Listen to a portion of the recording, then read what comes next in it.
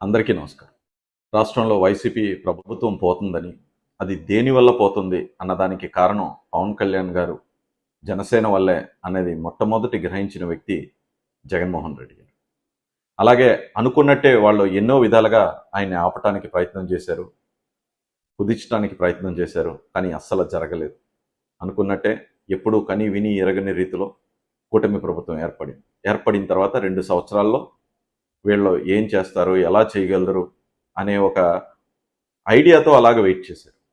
అది కాస్త రాష్ట్రం అభివృద్ధి చెందటంలో కానివ్వండి, సంక్షేమం అందటంలో కానివ్వండి, వాళ్ళకి ఇచ్చిన శాఖల్లో కానివ్వండి, మా అధినేత పవన్ కళ్యాణ్ గారు తీసుకున్న శాఖల్లో కానివ్వండి, అన్నిట్లోని రాష్ట్రం అభివృద్ధి చెందటం, నెంబర్ 1 స్థాయికి తీసుకెళ్లడంలో పర్ఫెక్ట్గా ఉన్నందుకు వాళ్ళకి ఏం చేయాలో తెలియక ఎప్పుడూ వాళ్ళకి తెలిసిన ఏకైక విద్య ఈ కులాల మధ్యన చిచ్చులు పెట్టడం.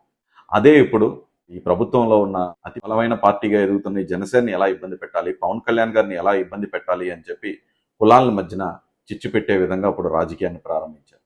కాపులకి ఏం చేశారు అని వైసీపీ కాపు నాయకులందరూ కూడా అడగటం జరిగింది.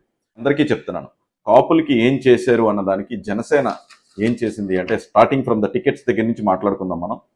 కాపులకి సుమారు 21 స్థానాల్లో 48% సీట్లు కాపులకు కేటాయించడం జరిగింది. దాంతోపాటు దీన్ని కూడా మాట్లాడుకుందాం. బీసీలకి సుమారు 15%, అలాగే ఎస్సీ ఎస్టీలకి సుమారు 24% కేటాయించడం జరిగింది.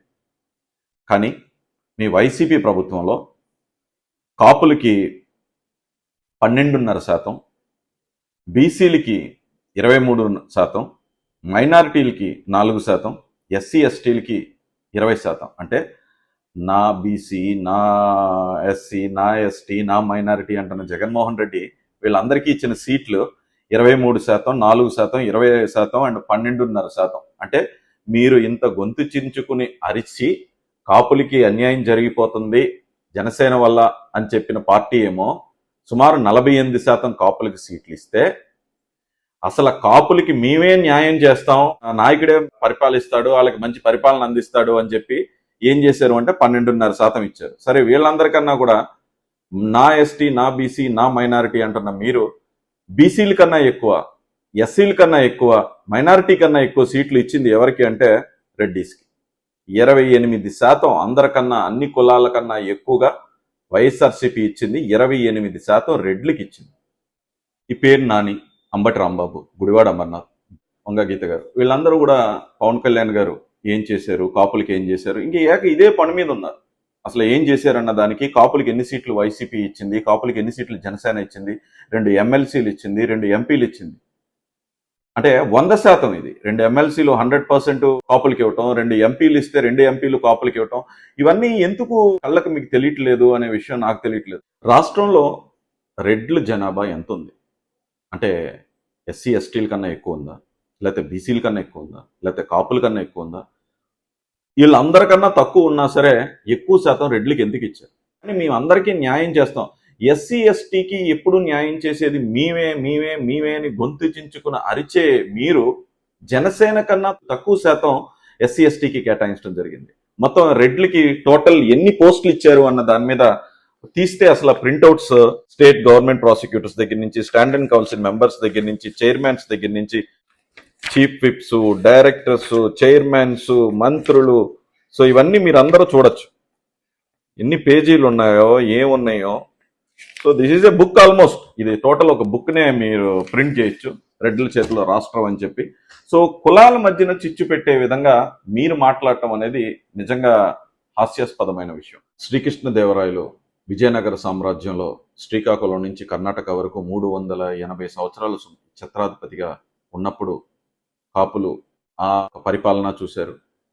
ఇప్పుడు ఉపాధి హామీ శ్రామికుల్లాగా, అలాగే 104 వస్తేనే వైద్యానికి మందులు తీసుకునే విధంగా కూడా మనం చూస్తున్నాం.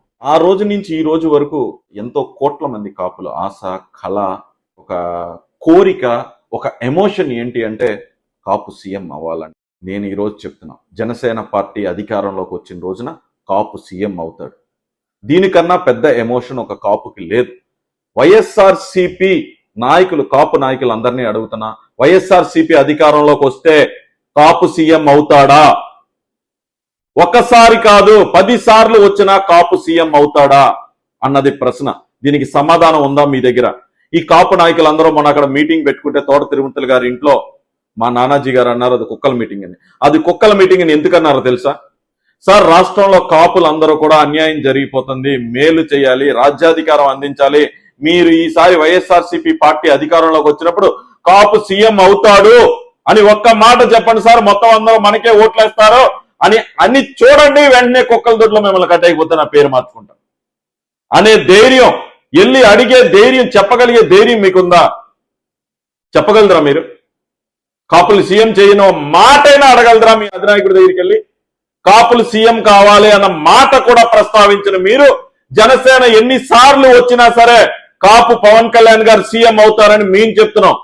తమకు శాఖలు ఇచ్చారు, ఏంటి ఐటీ ఇచ్చారు, అలాగే సినిమాటోగ్రఫీ ఇచ్చారు, అలాగే నీటి పారుదల శాఖ, రోడ్ ట్రాన్స్పోర్ట్ ఇవన్నీ ఇచ్చారు.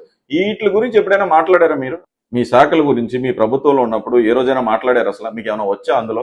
మీరు ఎంత వర్స్ట్ గా బిహేవ్ చేస్తున్నారంటే కాపుల్లోనే ఒక దిగజారిపోయిన కాపుల్లాగా. మళ్ళీ పేర్నని గారు మీకే చెప్తున్నా, మా మచిలీపట్నం ఎంపీ చెప్పారు మీ గుర్తు పాదం గుర్తు అని. అంటే ఏంటి అంటే పాదం గుర్తు అంటే ఏంటంటే డైరెక్ట్ గా వెళ్ళి కాళ్ళ మీద పడిపోతాం తప్ప ఇంకో పని లేదని చెప్పి మీకు. సో ఇవన్నీ మానేసేయండి. పోటీ మీ అబ్బాయి చేస్తున్నాడు. మీ అబ్బాయి ఎందుకు ఇలాంటి ప్రెస్ మీట్లు పెట్టలేదో తెలుసా? ఇప్పుడున్న జనరేషన్స్ కి ఇలాగ ఈ పాదం గుర్తులు డైపర్ లాగా ఉండటం ఇష్టం లేదు. అంబటి రాంబాబు గారు కొన్ని విమర్శించడంలో కూడా హుందాతనం ఉంటుంది. వాళ్ళు ఎలా మాట్లాడుతున్నారు, వాళ్ళు మీరు చేసే పనులు చేయలేరు. మీ అబ్బాయిని మీ అమ్మాయినో రాజకీయంలో తీసుకొస్తామన్నారంటే మా డాడీని ఇన్స్పైర్ అయ్యేలా ఉండాలి, కానీ ఇదేం రాజకీయం, ఇదెక్కడ రాజకీయం, మీ వల్ల మాకు పరుగు పోతుందని మీ పిల్లలే అనుకునే పరిస్థితికి వర్స్ట్ గా బిహేవ్ చేస్తున్నారు, వర్స్ట్ గా మాట్లాడుతున్నారు, వర్స్ట్ టాపిక్స్ ని ఎంచుకుంటున్నారు. అలాగే కాపులి అభివృద్ధి జనసేనతోనే సాధ్యం. మా అధినాయకుడు పవన్ కళ్యాణ్ గారు ఒక యువ నాయకత్వాన్ని పెంచే విధంగా, రాష్ట్రాన్ని అభివృద్ధి చేసే విధంగా, అండ్ కని విని ఎరగని రీతిలో పంచాయతీ వ్యవస్థని బలపరిచే విధంగా, అడవి శాఖలో అంటే పర్యావరణాన్ని పరిరక్షించే విధంగా, ఏ కుల మత భేదాలు చిచ్చులు లేకుండా మంచి రాష్ట్రం, ప్రజలందరికీ మంచి పరిపాలన అందించే దిశగా జనసేన పార్టీ కానివ్వండి, కూటమి పార్టీ కానివ్వండి, మా అధినేత పవన్ కళ్యాణ్ గారిని ముందుకెళ్తాను. మీకు నేను ఆల్రెడీ చెప్పినట్లు ఒక సబ్జెక్ట్ మీద ఒక హుందాగా ఒక డిబేట్ పెట్టండి, అందులో పాల్గొనండి, ప్రజల్ని మెప్పించగలరేమో చూడండి. అవి వదిలేసి మళ్ళీ ఎప్పుడులాగే ఈ కుల మత ప్రాంత ఇలా విభేదాలు పెడతారు అంటే ఎప్పుడూ మాట్లాడిని నాలాంటి వాడు కూడా బయటకు వచ్చి మాట్లాడతాడు. నేనొక్కడనే కాదు, ఎంతో మంది యువత దీని మీద స్పందించవలసి వస్తుంది, రాష్ట్ర ప్రజలు స్పందించవలసి వస్తుంది. ఇప్పటికైనా ఇవన్నీ చేస్తే మీరు ప్రతిపక్షం హోదాకైనా వచ్చే అవకాశం ఉంది. కాదు కూడదో మేము ఇలాగే ప్రవర్తిస్తాం, ఇలాగే బిహేవ్ చేస్తాం అంటే ఆ ఉన్న 11 కూడా పోయి వైనాట్ 175 అనేది, వైనాట్ 175 కూటమి అనే దిశగా మీరే మమ్మల్ని నడిపించే విధంగా కూడా ముందుకెళ్లే రోజులు దగ్గర పడతాయి. సో దయచేసి మీ అందరికీ చెప్తున్నాను, ప్రవర్తనని మార్చుకోండి, ఈ చిల్లర రాజకీయాలు మానుకోండి, ఒక హుందా రాజకీయాన్ని అడాప్ట్ చేసుకుని రాష్ట్రాన్ని ఎలా ముందుకు తీసుకెళ్దాం అనే విధంగా మనం అందరం కలిసి ప్రయత్నిద్దాం. జై జనసేన, జై హింద్.